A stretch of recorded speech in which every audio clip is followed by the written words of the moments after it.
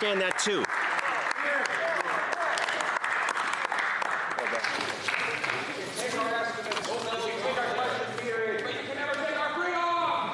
If I can ask for order, the honourable member for Central Okanagan, Similkameen Nicola, will have 5 minutes of questions and comments coming to him when we return to this. I'm sorry? Well, we'll see if no one else is interested, but I'm sure there will be plenty of interest in there with you. Statements by members. Déclaration de député, the honourable member for Cape Breton-Canso. Thank you, Mr. Speaker. Each September, Cape Breton-Canso residents Mike and Nicole MacArthur, along with their family, prepare for the annual Caleb's Courage Superhero Walk, Run, and Fly. It's a community fundraiser in honor of their son, Caleb, who bravely battled cancer until he passed away in 2015. He was only 4 years old. Due to COVID-19 restrictions, the MacArthur family was unable to host a fundraising event as planned this year. However, knowing the impact they continue to have on the community, they decided to host the event virtually, inviting participants to join across the country. The Caleb's Courage movement has raised more than close to $1 million to support critically ill children in Cape Breton.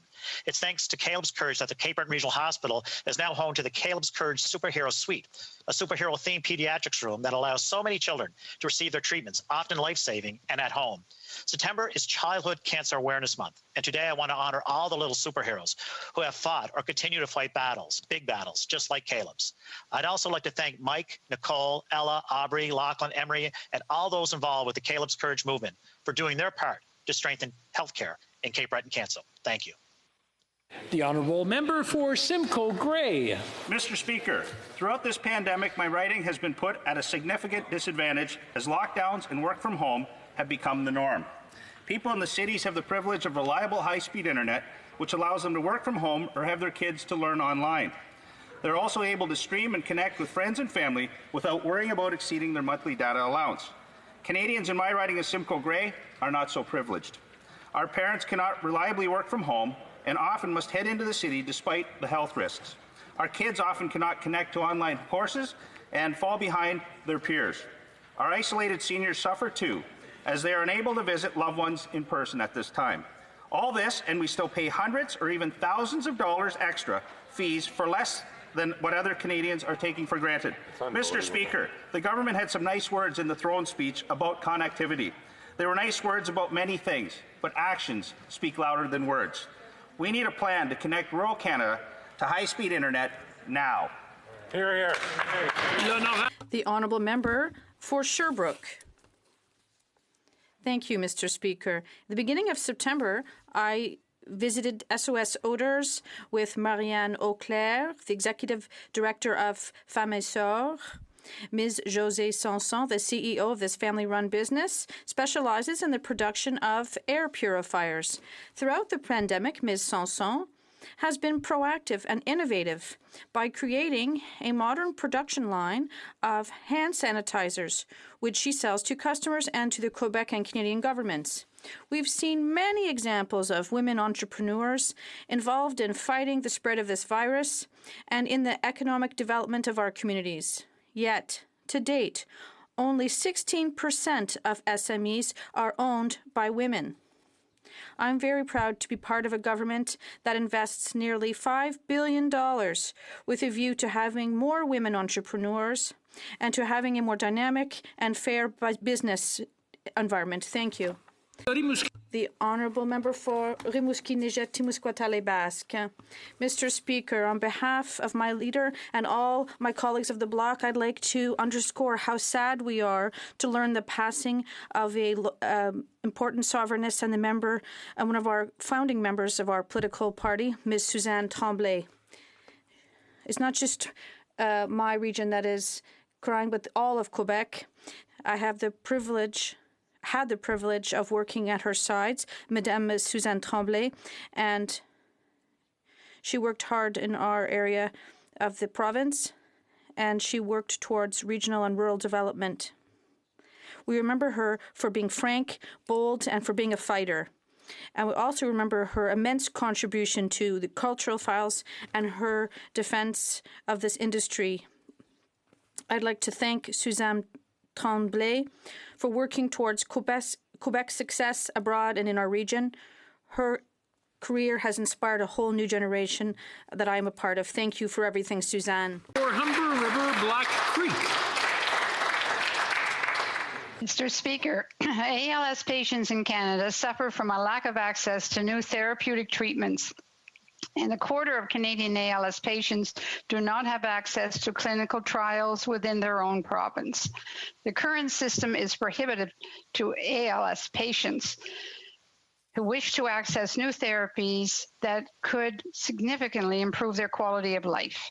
We have a duty to care for those individuals who are vulnerable, and we must do better. We must work with our international partners to uncover and approve new treatments for ALS patients, ensure that ALS therapies are covered by provincial health authorities, and make certain that ALS patients have equal access to the treatments they need. Pursuing these goals will see the burden of ALS decrease, with patients living longer, with less severe symptoms, and a greater ability to contribute to society. Thank you very much, Mr. Speaker. Honourable Member for Bruce Grey, Owen Sound. Mr. Speaker, on September 19th, Canada lost a great Canadian rural media personality and columnist. Jim Merriam passed away surrounded by his loving family after a 21-year battle with cancer. Jim's Funny Farm column was well known and well read. Whether sharing his opinions on newsworthy events, controversial decisions, to tales about his farm and beloved mules, or lighthearted jokes or promoting charitable events, he was a loud, reasoned voice that came directly from the heart.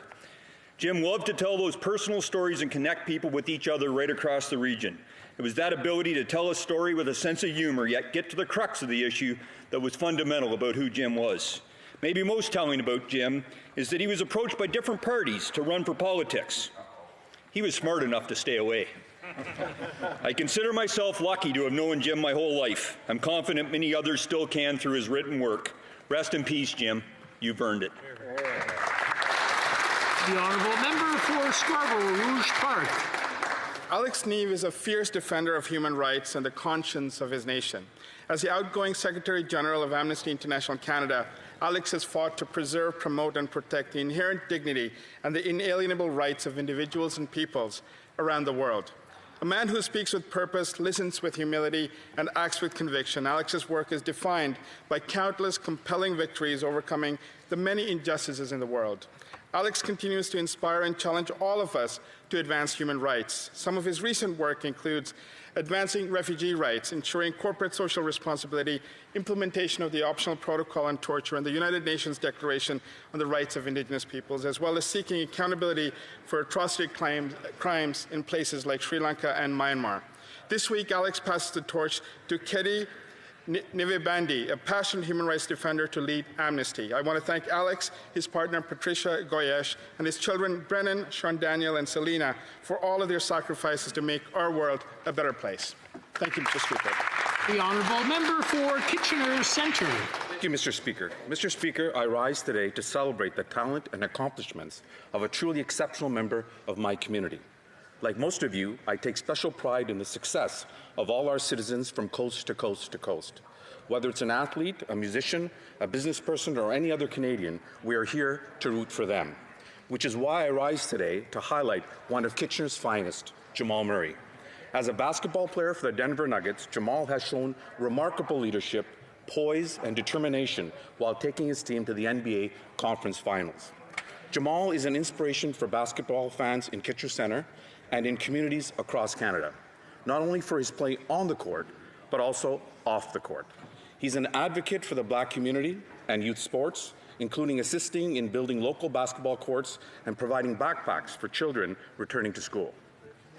Although Jamal's team was not successful, he was successful in uniting a nation and elevating our hope and pride. I ask all members to join me in wishing Jamal all the best. We are all rooting for you, Jamal. Thank you very much, Mr. Speaker. The Honourable Member for Kenora. The Honourable Member from Kenora, I believe you're on mute. Can you hear me now, Mr. Speaker? There we go. All right. Mr. Speaker, I congratulate Randy Nicol and the entire team at Kenora's A&W for raising over $27,000 for research and support for those living with MS. 77,000 Canadians have MS. a chronic illness that affects the brain and spinal cord, causing pain and weakness, as well as issues with vision, speech, and coordination. There's currently no cure, but research is being done into new therapies to improve quality of life. This year, A&W's Burgers to Beat MS campaign raised $1.3 million in support of the MS Society of Canada. Randy and his team in Kenora have cracked the top 5 for fundraising 7 years in a row, and this year they were #1 nationwide. They went above and beyond the scope of the campaign by finding a number of creative ways to raise money, including bake sales, personal donations, and even selling rain barrels. I salute them for their continued passion for this cause and thank everyone who donated or helped to raise funds. Together, we can beat MS.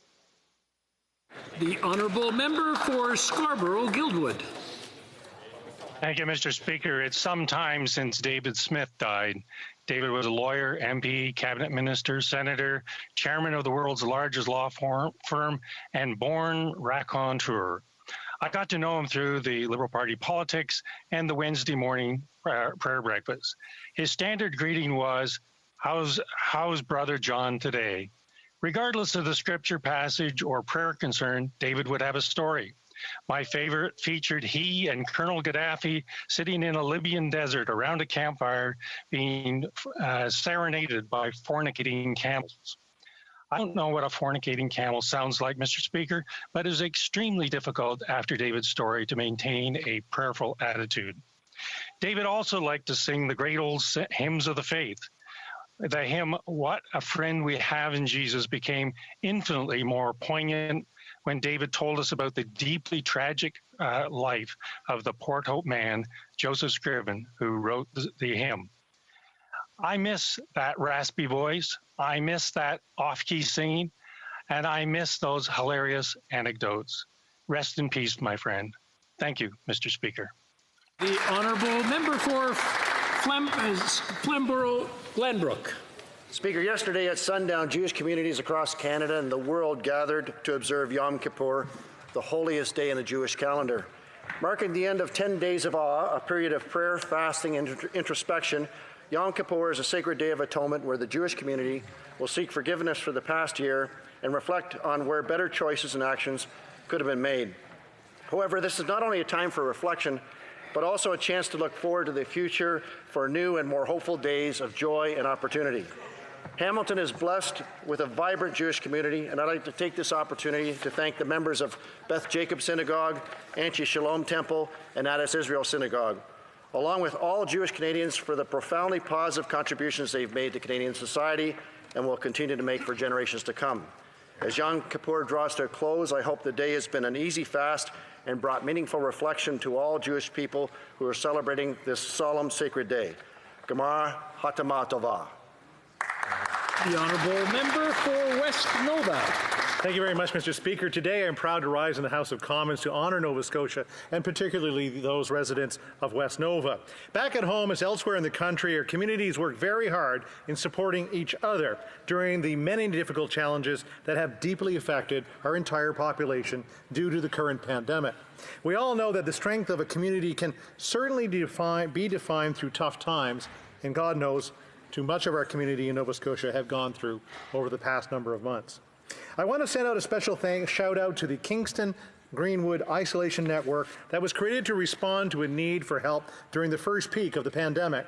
Their goal was to get essential items like groceries to individuals remaining at home for the safety of themselves or others due to the pandemic.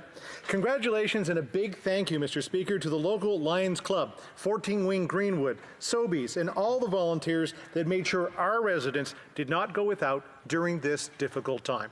Thank you very much, Mr. Speaker. The honourable member for South Okanagan, West Kootenay. Well, Mr. Speaker, after several catastrophic years, we had relatively few forest fires in Canada in 2020. In my riding, there were only 3 fires that threatened homes. Unfortunately, after those fires were brought under control, the southern British Columbia was beset with thick, choking smoke from fires south of the border, as California was beset with temperatures not in the 30s, but in the high 40s and even 50-degree range.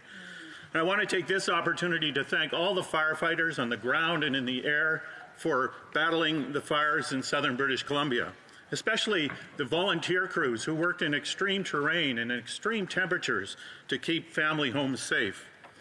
only 3 serious fires this year, Mr. Speaker, but when I was growing up in the Okanagan in the 60s and 70s, I can only remember 1 fire that came close to homes. Now, there's no going back to the cool days of the 60s, but we can hold global warming to 1.5 degrees if we take bold action now, and I call on the government to do just that. The Honourable Member for Saint-Hyacinthe-Bagot. Mr. Speaker, there wasn't one word in the throne speech about aerospace, and such an omission is unimaginable. For Quebec, aerospace is what automobiles is to Ontario. The Greater Montreal region ranks 3rd worldwide in this industry. It's our leading exporter, and it's responsible for 40,000 direct jobs and 100,000 indirect ones. Yes, it's big, but it's fragile. And this is why for years we've been asking for an aeronautics policy, and the pandemic has deepened this need. With COVID, planes have been grounded, maintenance has been limited, orders for new aircraft may remain thin for years. This precarity has pushed aerospace technicians to work in the construction industry to make ends meet. And in Quebec, we're imagining zero emissions aircraft, but the federal government is still in neutral. No vision or targeted support, nothing. The federal government has to listen to reason. We need an aerospace policy urgently. Thank you, Mr. Speaker. The Honourable Member for Barrie Innisfil. Earlier this month, I received an email from an Innisfil resident who, like roughly 780,000 Canadian homeowners, chose to defer their mortgage payments when COVID-19 forced businesses to close and workers to be laid off. In the email, she spoke of not being fully back to work as a result of the shutdown, yet her financial hardship is mounting because, like many Canadian families, a deadline is looming this week when mortgage deferrals end and payback is required with interest. It means that for this resident, she'll have to pay a lump sum of $3,750 in principal and interest, which is more than her monthly income. Now, in last week's throne speech, not one word of this looming crisis was mentioned. Instead, what we heard was a Prime Minister deliver no plan to get our economy back on track, no plan to secure investment, no plan to secure jobs, no plan for rapid testing, and no plan to pay for the mounting debt and deficit. What we did hear was a Prime Minister willing to bankrupt our country to win the next election. The Honourable for Dorval-Lachine-LaSalle. Mr. Speaker, it's important to bear in mind that well before COVID in Canada, cold weather was already a serious issue for people who were homeless. This year, these people will be facing additional challenges that will be serious. Social distancing and other measures are a true issue to implement in closed spaces such as shelters that receive these people. Our government is aware that this reality is and we reflected this in the throne speech. Special attention is being given to this societal issue that concerns us all. We are concerned by the situation of Canadians who live in extreme precarity. Anyone could face such a situation, rather. And out of solidarity, we have to work together to get through this tough situation. Thank you very much. Before continuing, I just want to remind all the members who are joining us virtually that they have access to headsets that are provided by the House, and they have wonderful voices, so we want to make sure that they come out in true colors. So I want them to take that headset and use it as opposed to the earbuds. Not that there's anything wrong with the earbuds, but it doesn't bring out their full force of their voice. Alors, je répète en français, So I'd repeat in French, I would encourage members at home who are joining us virtually to use the headset which was provided by the House, because it's much better for their voice. It's much more representative of their own beautiful voices. Oral questions. Jessica. Mr. Speaker, my first question today is on behalf of that single mom who is standing in line right now for the second day in a row waiting to get a COVID test. It's for that senior widower who is at home, alone, scared and isolated, waiting for his result. And for the thousands of Canadians just like them who are scared, and worried and don't know if they have COVID. Very simply, Mr. Speaker, what is the government doing to ensure that Canadians get access to rapid and safe at-home testing? The Honourable Deputy Prime Minister. Mr. Speaker, our government is very aware of the urgent need for rapid testing. We know that rapid tests can save lives and help keep our economy strong. But it is also very important for all of us to appreciate how valuable it is to live in a country where the independence of our health regulatory authorities is respected. Our lives quite literally depend on that. The Honourable Member for Portage-Lisker. Mr. Speaker, the Prime Minister always seems to be playing catch-up, whether it was months ago on his decision around the border, or today being slow and inept in helping small businesses, or getting rapid, safe, at-home testing for Canadians. The Liberals are always giving Canadians too little, too late. Things are not okay. There are 700 new COVID cases in Ontario alone, and shutting down the economy and going back to the Prime Minister's morning show is not the answer. When will the Prime Minister see that he's failing on dealing with the COVID crisis and that he's actually leaving millions of Canadians behind? The Honourable Deputy Prime Minister. Mr. Speaker, our government is absolutely aware of the gravity of the global pandemic that we are fighting together. And that is why, in the throne speech last week, we were very clear that we will do whatever it takes to support Canadians in the fight against this virus, to acquire essential vaccines, and to work closely with provinces, territories, and municipalities on stepped-up testing and tracing efforts. The Honourable Member for Portage-Lisker. Mr. Speaker, 6 weeks ago, when Bill Morneau, the Finance Minister, resigned, it was clear the Prime Minister was going to do whatever it took to shut down the noise around the WE scandal. He was more concerned about himself and covering his own hide than governing. So he locked up Parliament, wasting precious time that could have been used doing work for Canadians. Doesn't the Prime Minister know that his scandals are not going to go away, and that by trying to cover them up, he has put his own interests above the interests of Canadians, their lives, their livelihoods, and their peace of mind? Honourable Deputy Prime Minister. Mr. Speaker, I don't know about the members opposite, but speaking for the members on this side of the House, I can say we have all been very, very hard at work over the past 6 weeks. We put together the Safe Restart Agreement at the beginning of the summer because we knew that a second wave would be coming. And that's why we knew we needed to give the provinces $19 billion to help us get ready together. And then, just a few weeks ago, we knew that it was a priority to get kids safely back to school. Another $2 billion, Mr. Speaker. The Honourable Member for Louis Saint Laurent. Thank you, Mr. Speaker.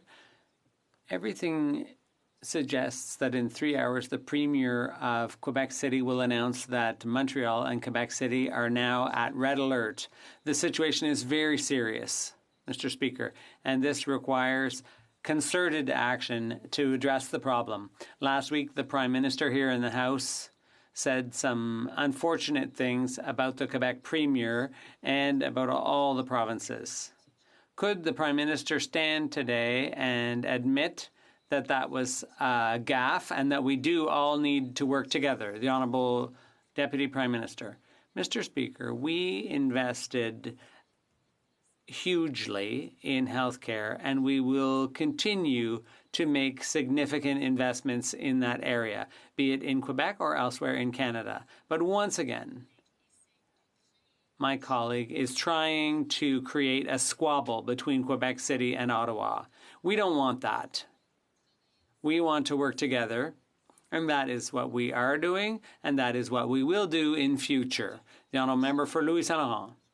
Mr. Speaker, with all due respect for the Deputy Prime Minister, I didn't know she had quite such a sense of humor, because to dare to claim that we want to create a squabble when her Prime Minister insulted the Premier last week, that's just fanning the flames.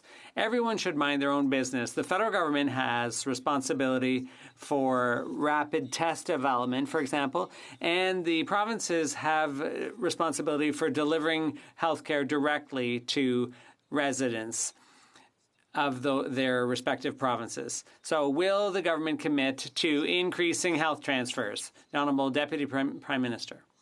Mr. Speaker, I too have a lot of respect for my dear colleague, but I can't agree with him when he suggests that everyone should just mind their own little business.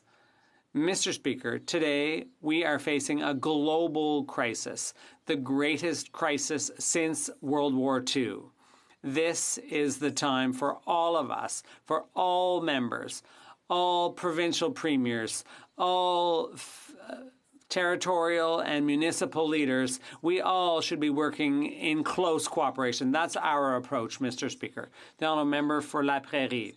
Mr. Speaker, Quebec taxpayers pay tax to the federal government, and in exchange, the feds are supposed to provide Quebecers quality services. Currently, what Quebecers need most is health care. It's a pandemic. So we should be able to expect the federal government to take Quebecers' tax dollars and transfer them to Quebec because it's Quebec that delivers health care. It's a pandemic, Mr. Speaker.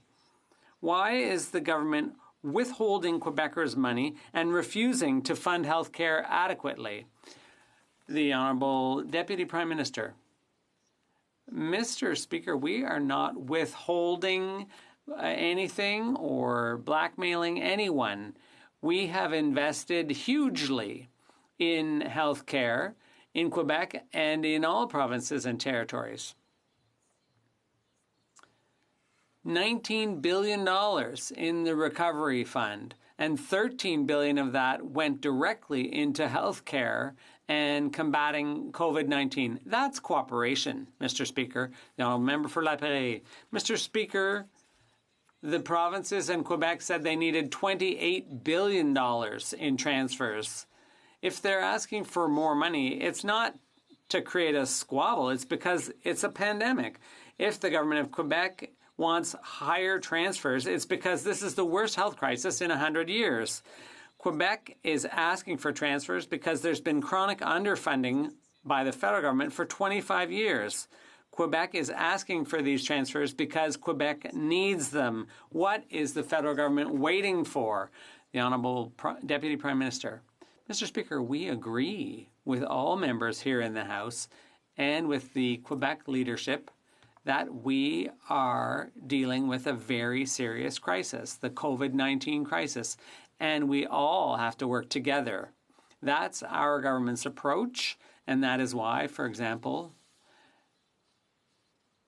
in connection with our recovery fund, we transferred $3 billion directly into healthcare in Quebec, and we will continue to do this, Mr. Speaker. The honourable member for Burnaby South. Thank you, Mr. Speaker. We know that COVID-19 has had a huge impact on families, on workers, and on small businesses. And it's unacceptable to force those people to pay for the recovery, to pay the price of recovery. But those who've made record profits, they should be paying. Will the Prime Minister commit today that the extremely wealthy who've racked up record profits pay the price for the recovery? The Honourable Deputy Prime Minister. Mr. Speaker, I have to say that our approach today is not to divide our country. Our approach is to work together, all of us, because this is truly a global crisis and a national crisis. Having said that, as we said in the throne speech, we do agree that people who can help should do their fair share. They should contribute to Canada. And that is why in the throne speech, we mentioned taxes. Mr. Speaker, the Liberal government talks about not dividing Canada, but the reality is there is a division. On one hand, everyday families, small businesses who are feeling the impact of COVID-19 and who are going through pain and are struggling. On the other hand, the ultra-rich have profited off the pandemic. They have made record profits. There is a division. Now, while the Liberal government talks about taxing extreme wealth inequality, no one knows what that means. Will the government commit to ensuring those who have profited off the pandemic pay the price to support people in need? The Honourable Deputy Prime Minister. Thank you very much, Mr. Speaker. And I do want to start by saying I really believe strongly that today, at a time when we are confronting a global pandemic and our deepest economic crisis since the Second World War, it is a time for all of us to bear a deep responsibility for uniting and not dividing Canadians. We also believe, of course, that we all have to pay our fair share. And that is why in the speech from the throne, we talked about taxing internet giants, we talked about taxing stock options, and we're going to do that, Mr. Speaker. The Honourable Member for Calgary Nose Hill. In April, the health minister agreed to pay $237 million to Baylis Medical for 10,000 ventilators, although the devices were not approved in any jurisdiction. This, of course, is the Baylis Medical of Frank Baylis, former Liberal MP. So why was there a fast track for Mr. Baylis's device, but no fast track for rapid testing that every Canadian needs right now? Why is a former Liberal MP with a technology that has no track record of being approved anywhere in the world getting a special deal? The Honourable Minister. Mr. Speaker, I'd like to thank the honourable colleague for her question. She may recall in March, we went out to businesses right across the country and said we needed your support to build up personal protective equipment capacity right here in Canada. And they heard our call loud and clear. There are over 1,000 businesses that have retooled and scaled up their operations to make sure that we have the appropriate personal protective equipment for frontline healthcare workers, Mr. Speaker. And I'm very proud of that track record and will continue to support our healthcare workers and make sure we support the broader economy as well. Honourable Member for Calgary Nose Hill. He literally said nothing. And while he said nothing, there are women waiting in line who can't afford to take time off of work today to get a COVID test. And some former Liberal MP gets his stuff fast-tracked, but rapid tests didn't happen, and that's just garbage. I just read, it's just breaking, that there's a global initiative that's about to send 120 million antigen tests, at-home tests, to developing countries around the world. Germany has bought 20 million of these tests, and so has France and Switzerland. Where are ours? Honourable Minister of Health. Mr. Speaker, thank you very much for the question. It's really important that we understand that testing is a complex space, and one test is not the same as another. It is also very important, Mr. Speaker, that we rely on the incredible scientists and regulators that are working so diligently at Health Canada to assess every single applicant and ensure that whatever is regulated and approved in Canada will not make the situation worse, but in fact will help provide clarity for people seeking tests. The Honourable Member for Charlesbourg-Saint-Charles. Mr. Speaker, since the beginning of the pandemic, the Prime Minister and his cabinet have delegated responsibility to the provinces and territories. In January, for example, when we asked them to shut the border, they said, you remember, that that wouldn't help. Now the health minister is inviting provinces and territories to create their own saliva test as if they had the means to do that. Why is the minister creating so much confusion among the provinces? The Honourable Minister. We are so incredibly proud of the hardworking scientists, researchers, and in fact, innovative community of Canada that is rapidly working to find new solutions to testing. In fact, this is not just a Canadian problem, Mr. Speaker. This is happening around the world. In fact, countries are working together to try and unlock how we in fact come up with rapid tests that can be accurate. Mr. Speaker, the accuracy is important. We don't want tests on the Canadian market that will provide people with a false negative or a false positive, leading to confusion, fear, and increased COVID cases. Thank you, Mr. Speaker. The Honourable Member. Mr. Speaker, what we see is the lack of consistency that the health minister has. She doesn't seem to know where her jurisdiction starts and the provinces leaves off. She's telling them to develop their own saliva tests when that should be up to Health Canada.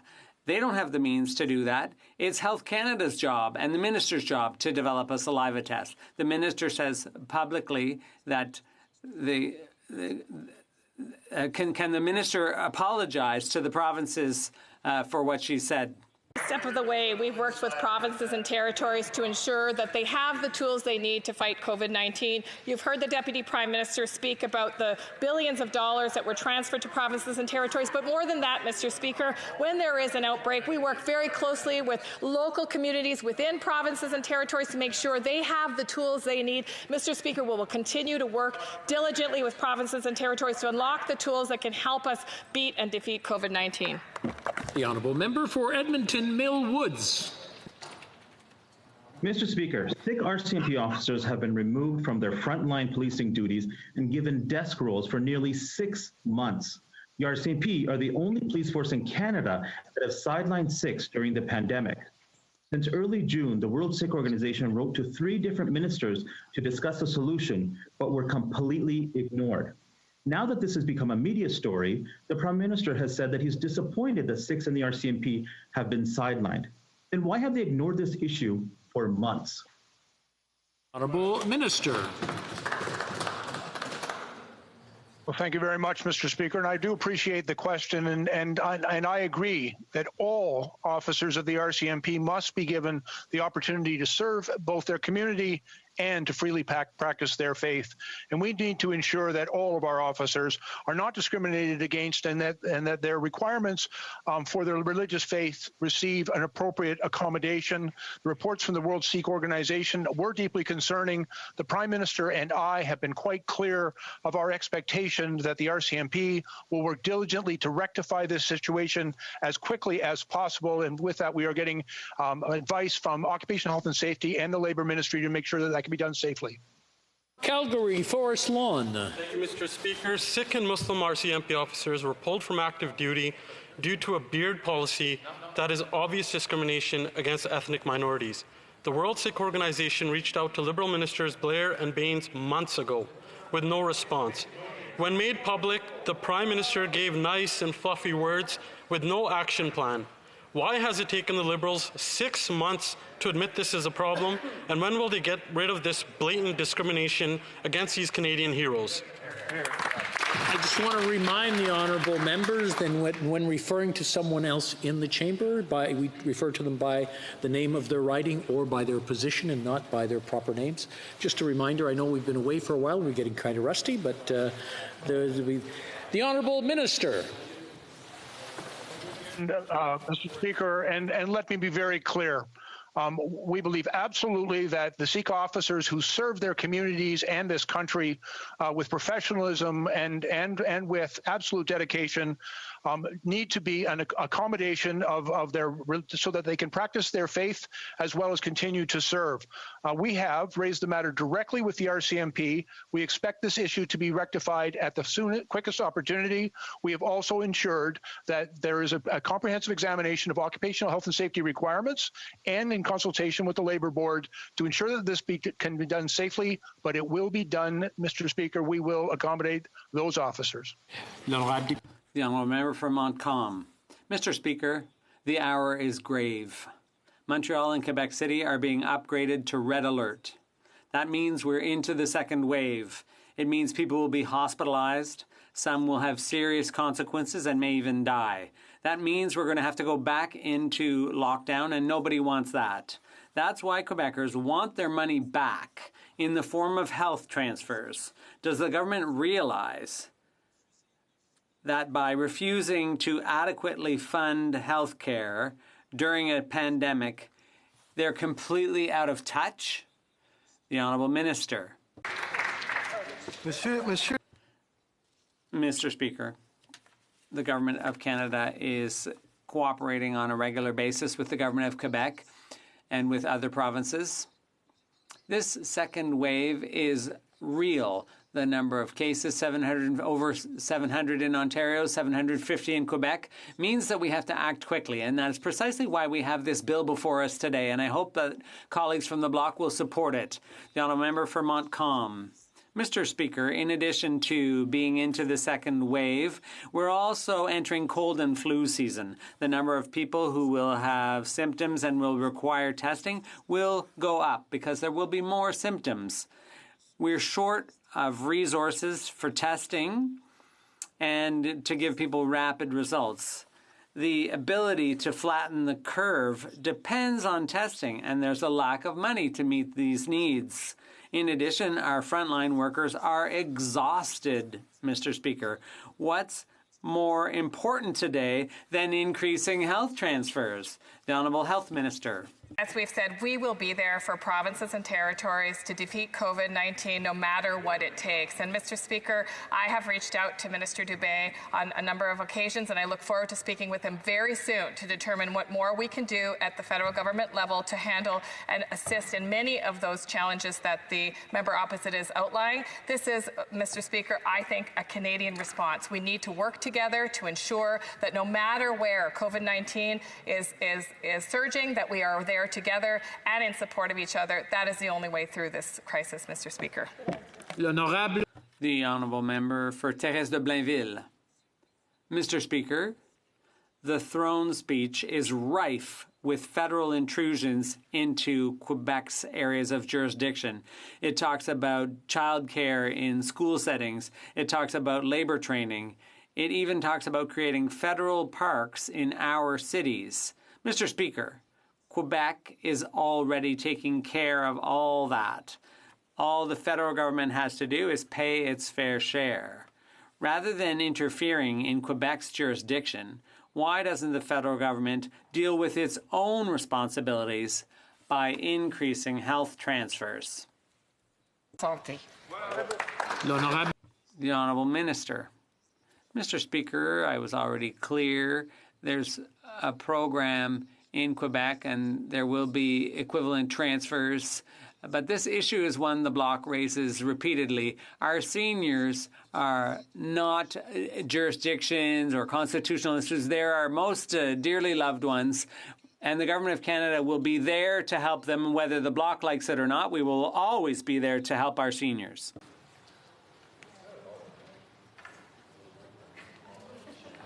The Honourable Member for Lakeland. Mr. Speaker, last week the Public Safety Minister said there's, quote, a process in place to deal with cases of compassion for family members who don't fit the Liberal definition of being, quote, necessary for entry to Canada. Donna McCall's adult children are Canadians by birthright. They never had problems traveling back and forth before, but the minister rejected their request to visit their dying Canadian mother. She died a week before the paperwork was done for them to come to Canada. So many other Canadians face the same heartbreaking barriers. Why is there one system for connected elites and one for everyone else? Minister. Mr. Speaker, I thank my honourable colleague for the question. We have taken the decisions that are necessary to protect the health and safety of Canadians and everyone in Canada at the border. We know it's been difficult, and we have to make sure that we get the decisions at the border right, which is one of the reasons why we've introduced an immediate family exemption. And last week I announced that we were going to be accelerating and prioritizing the application of family sponsorships. We will continue to work with all members of the House to reunite as many families as possible. The Honourable Member for Lakeland. But the problem is there seems to be two processes, hundreds of special passes for famous athletes and billionaires, for example, while everyday Canadians are kept from work or separated from loved ones. On September 16th, the Public Safety Minister said a new compassionate process was imminent. On September 24th, he just said the current system is in place. On September 26th, the Liberal MP for Beaches East York told families to be ready to apply in a new process this week. It seems Liberal insiders have the details long before suffering families know. When will the minister actually make the changes public, and why did the Liberals set up a cold-hearted system of such obvious double standards for the past 6 months? The Honourable Minister. Mr. Speaker, as I said, we have a system that is ensuring that we are exercising compassion as much as possible. We've introduced an immediate family members exemption. We are accelerating and prioritizing family sponsorship applications. But at the same time, we have to balance those needs against the health and safety of all Canadians while dealing with the pandemic. And I would just underscore that we are still in the midst of a pandemic. We will continue to work with her and all members of this House to strike that balance and get it right. The Honourable Member for Kildonan St. Paul. Canadian Sarah Campbell has been battling thyroid cancer for months and needs her UK fiancé by her side, but they have been separated due to the border closures. Sarah has written 123 letters to Liberal cabinet ministers asking for a compassionate exemption. And when she finally received a response, it was nothing but a cold-hearted, useless letter from the department. The minister didn't even have the decency to sign it himself. There are thousands of Canadians just like Sarah who are being completely ignored by this Liberal government, and they deserve answers. Will families be reunited in October, yes or no? Hear, hear. The Honourable Minister. First, Mr. Speaker, I want to begin by congratulating my honourable colleague on her appointment as my critic, and I look forward to building on the very constructive conversation that we had soon after she was appointed. With regards to the case involving Ms. Wallace, of course, we are sympathetic. We know that there are some families who have not yet been able to reunite, but that is because we are taking decisions at the border to protect the health and safety of Canadians throughout this pandemic, which is our paramount concern. The Honourable Member for North Island Powell River. Mr. Speaker, today the PBO reported that even with the 300 new hires in June, over 40,000 veterans will continue to be left on the waitlist for over the next 2.5 years. An NDP motion in this House supported unanimously in 2018 required that the government reinvest every penny back into the Veterans Department. That didn't happen. The Liberals shortchanged veterans alone $100 million last year. Today's report shows that if the Liberals had spent that money, on veterans, that backlog would be addressed in 1 year. The Conservatives started the cuts with their government, and this government is continuing the trend. When will the Canadian government stand up for Canadian veterans? The Honourable Minister. Thank you, Mr. Speaker. I want to thank my colleague for her question. We know that too many veterans are waiting much too long on decisions on their application, and that is an issue that we want to improve on. That's why, of course, the backlog is our top priority in this government. The report shows that the new hires from our recent investment of $200 million is a significant impact on the backlog, but it does not take into account, of course, the many steps we've taken to improve the process and its efficiency. We're confident in our report, and I want to thank the PBO and his team for their work so far. Thank you. The Honourable Member for London Fanshawe. Mr. Speaker, when this Liberal government rushed to fund their Friends at We charity, they did it with almost $1 billion they had promised to help students. And when they got caught, the help disappeared. But students' concerns about how they'll afford their tuition fees, rent, food and bills did not. Just because the Liberals want the We scandal to be forgotten doesn't mean young Canadians who have been hit hard by this pandemic can be. When will this government put that $912 million they promised towards student assistance? The Honourable Minister. Thank you, Mr. Speaker. Mr. Speaker, the COVID-19 pandemic has hit every segment of society and disproportionately impacted certain segments. And that's why young people, students, youth will always have a full voice at the cabinet table. When we came out with our plan, we put forward a $9 billion plan to ensure that we were meeting the needs of students. The first thing we did, stop interest on Canada student loans, stop repayment on Canada student loans. To ensure that there was a monthly stipend, we brought forward the Canada Emergency Student Benefit. And the list goes on, Mr. Speaker. We will continue working on behalf of students and youth. That is what we are here to. We will have Canadians back. And it's important that we all work together to get this done. Thank you, Mr. Speaker. The Honourable Member for Etobicoke Centre. Speaker, my question is for the Minister of Foreign Affairs. Since the August 9th fraudulent Belarusian election, hundreds of thousands of Belarusians have demonstrated peacefully to call on the incumbent President Lukashenko to step down and for new, free and fair elections to be held. To remain in power, Lukashenko has used Vladimir Putin's support and violence and mass arrests against opposition leaders, demonstrators and the media. Canada and other governments have refused to accept the election results and have condemned the crackdowns. Minister, what steps will Canada take to ensure that the democratic will and the human rights of the Belarusian people are upheld?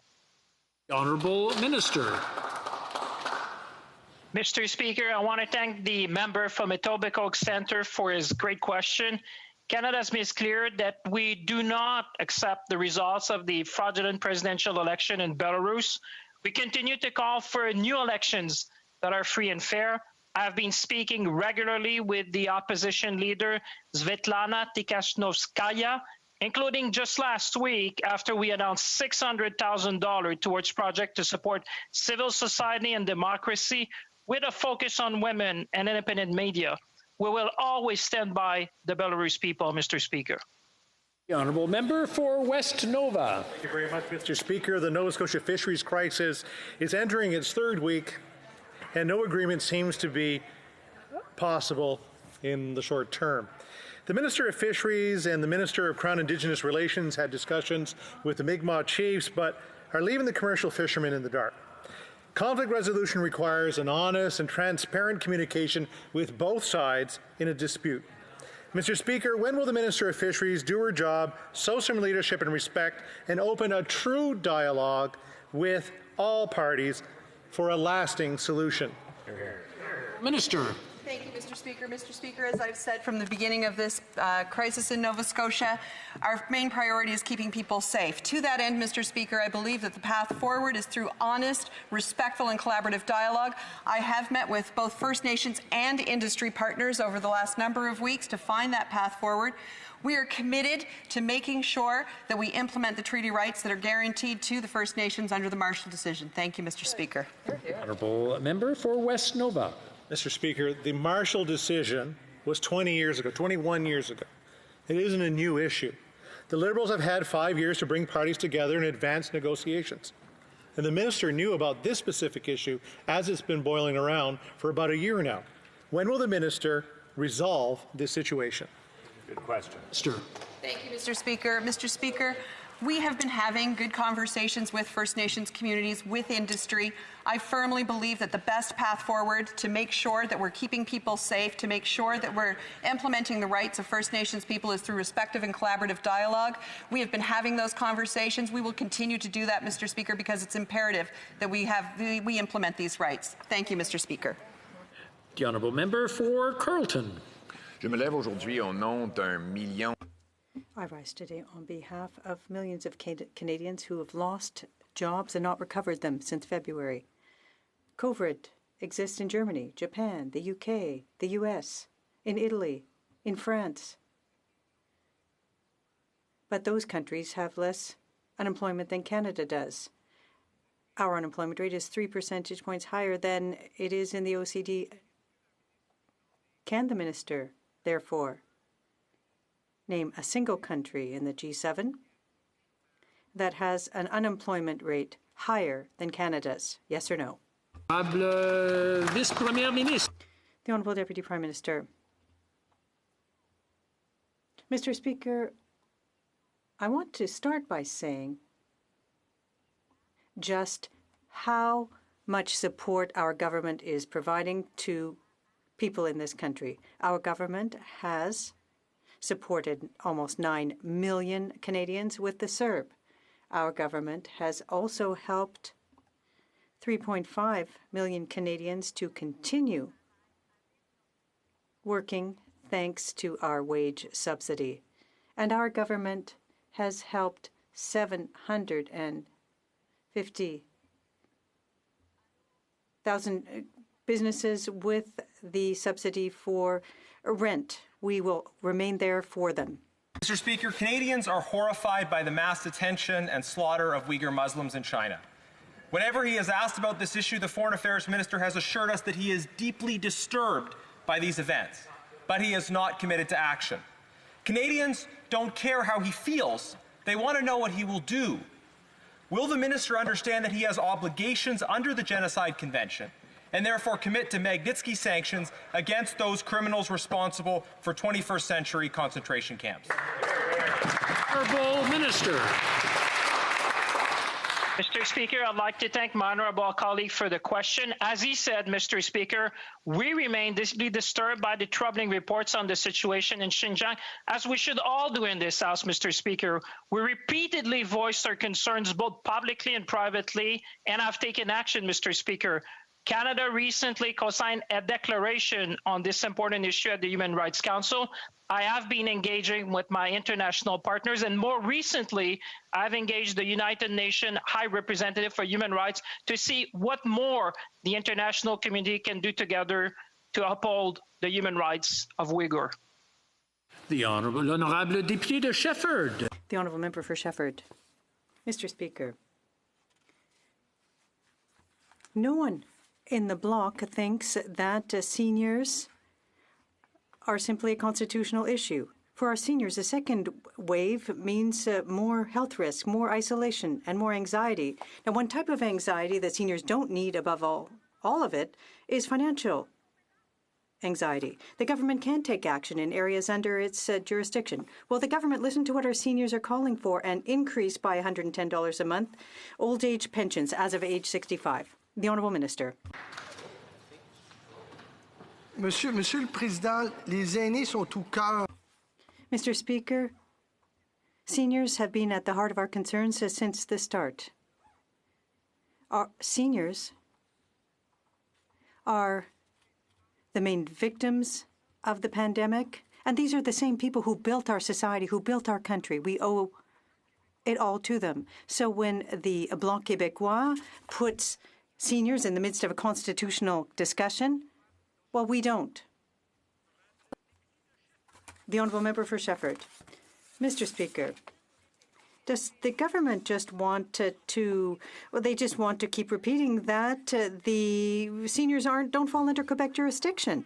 The leader is saying that, the Deputy Prime Minister too. It's like they've discovered the line that will shut us up. Management for long-term care facilities is Quebec's responsibility. Old age pensions are Ottawa's responsibility. The government has to start, Ottawa has to start by taking care of its own business instead of interfering in that of others. Will it now increase old age pensions for seniors as of age 65? The Honourable Minister. Merci, Monsieur le Président. Well, thank you, Mr. Speaker, and I'm happy to see that the Bloc acknowledges that the federal government has a responsibility for seniors. We must work together to help our seniors. We're on the eve of a second wave. It's not time to squabble over what we should be doing. We need to sit down and work together, pool our resources, and the government has a responsibility for society and our seniors, and the opposition parties do as well. We're all publicly elected officials, and it's our duty to work together for the entire population of this country. Through Nipissing, Pembroke. The Honourable Member for Nipissing, Renfrew, Pembroke. Mr. Speaker, in the middle of a pandemic, this government announced a policy without a plan. It systematically prohibited some firearms on the basis of appearance. But the Liberals have no plan on how to buy back the firearms or even a budget to pay for them. They tried to purchase a plan, but have canceled the tender. When will the minister admit he has no plan for the firearms he prohibited and agree to withdraw the order in council? Honourable Minister. Thank you, Mr. Speaker. And the Government of Canada has a very strong plan. We are going to strengthen gun control in this country.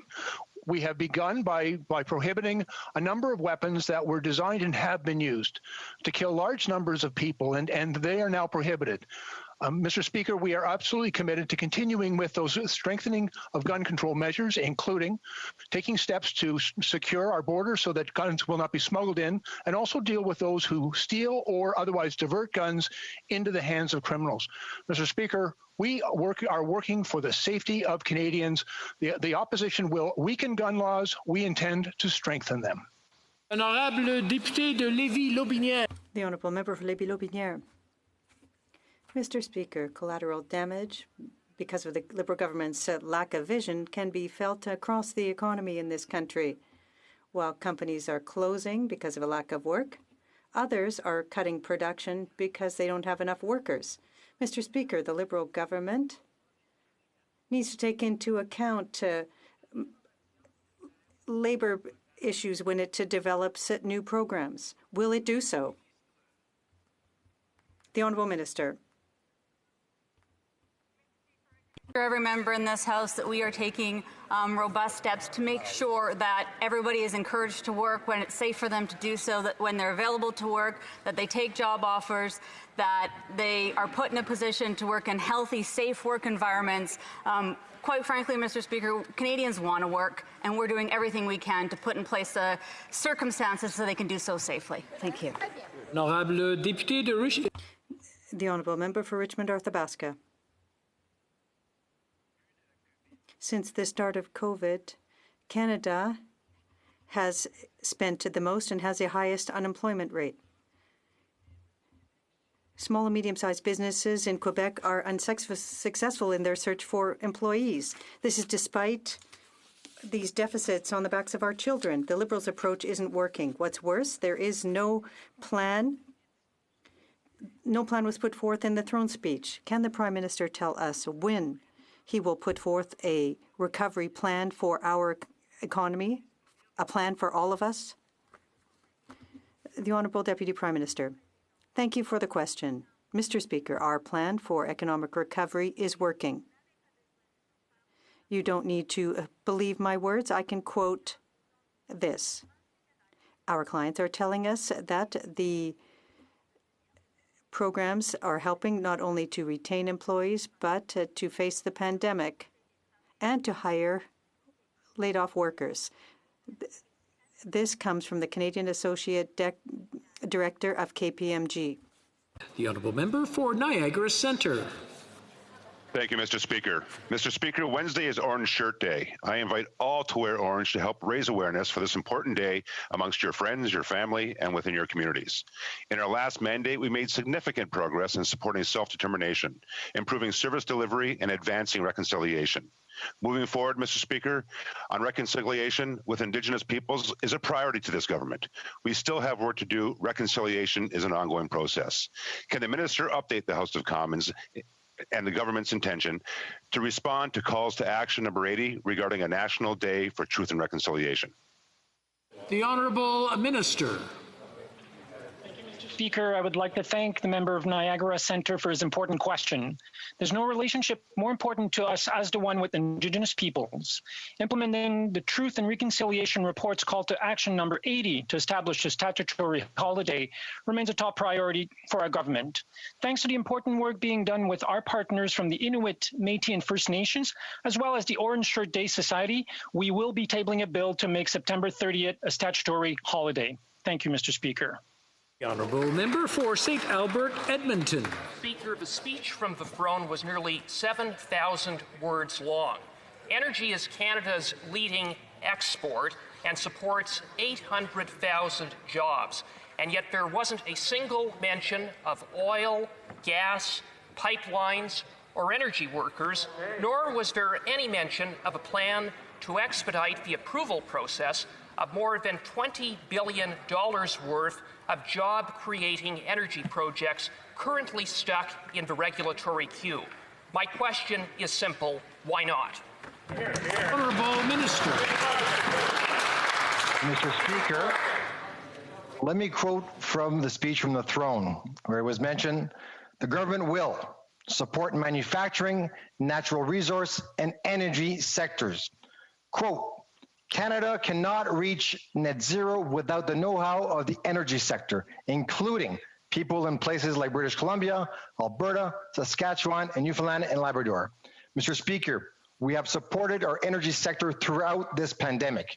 We will continue to support them and rely on our workers as we build back better. Merci. The Honourable Member for Calgary Centre.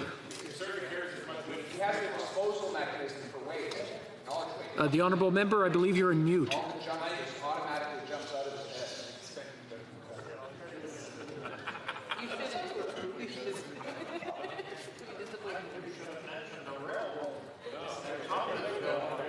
Thanks for your patience, Mr. Speaker. You know, thousands of men and women depend on Newfoundland and Labrador's offshore industry to provide for their families, but this government's announcement on Friday left them behind once again. After suffering 6 months of job losses, this is the latest in a growing list of failed government approaches to the oil and gas industry. No specifics, no timelines, and none of the supports that industry has been asking for. When is this government going to arrive at a plan that actually provides the assurances workers in the oil and gas industry need that their jobs will survive this downturn? The Honourable Minister.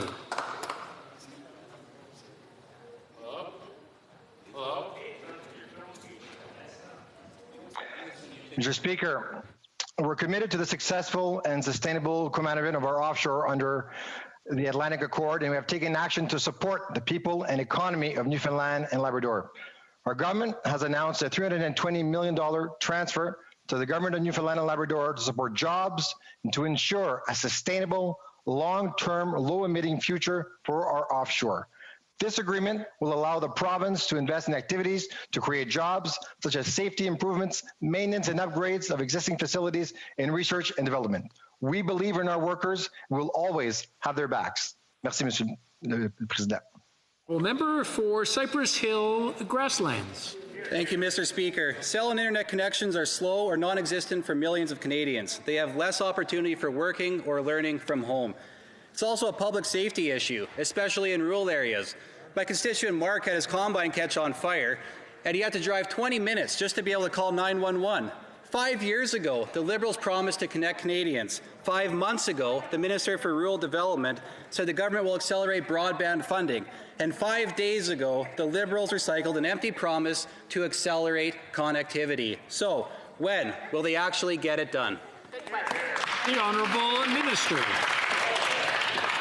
Mr. Speaker, since day one, we have worked to connect over 1 million households to high-speed internet, and that work is far from over. Access without high-speed internet and cell service is difficult in the best of times, but because of COVID, hardships, frustrations, and challenges have increased. Our government is aware. We are accelerating our plans. We are adding ambitions to those plans, and we will do everything we can to connect every household to high-speed internet because economic recovery for Canada begins with rural broadband. The Honourable Member for Brampton South. Thank you, Mr. Speaker. Mr. Speaker, Ontario reported a record 700 new cases of COVID-19 this afternoon. 104 of those cases are from Peel region.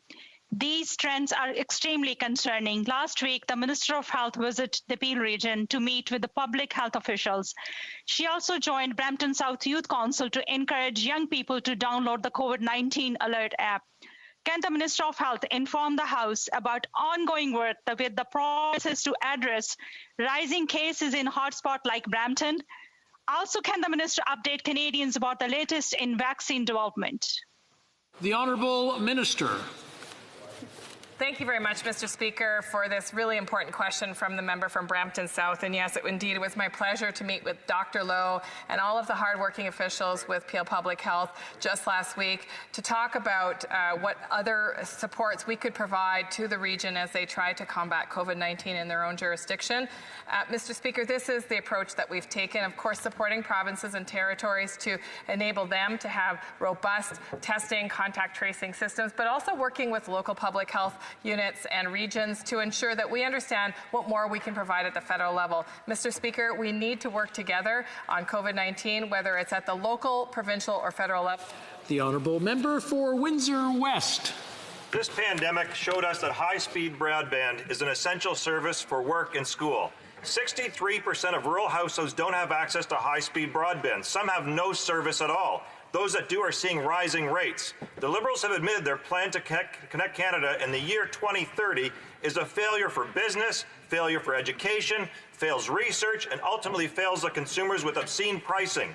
The NDP broadband plan will get access to everyone within 4 years with affordable prices without costing the government anything and supported by industry and consumer groups. Will the Liberals just adopt the NDP plan and get on with the job? Honourable Minister.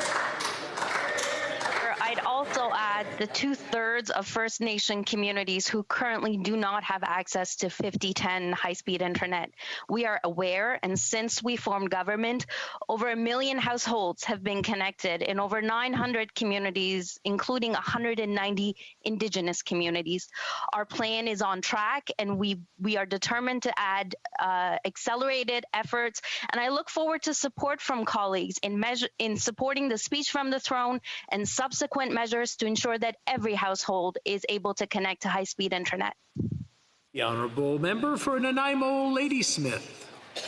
Thank you, Mr. Speaker. During the pandemic shutdown, Canadians banged pots and pans to thank frontline workers, including grocery store workers, who are among the most at risk of contracting COVID-19. Meanwhile, over the past 6 months, Canada's 20 richest billionaires, including the owners of Canada's largest grocery store chains, increased their wealth by a staggering $37 billion. Will the government implement a wealth tax so Canada's wealthiest citizens contribute fairly to the public services that their businesses and employees rely on? The Honourable Deputy Prime Minister.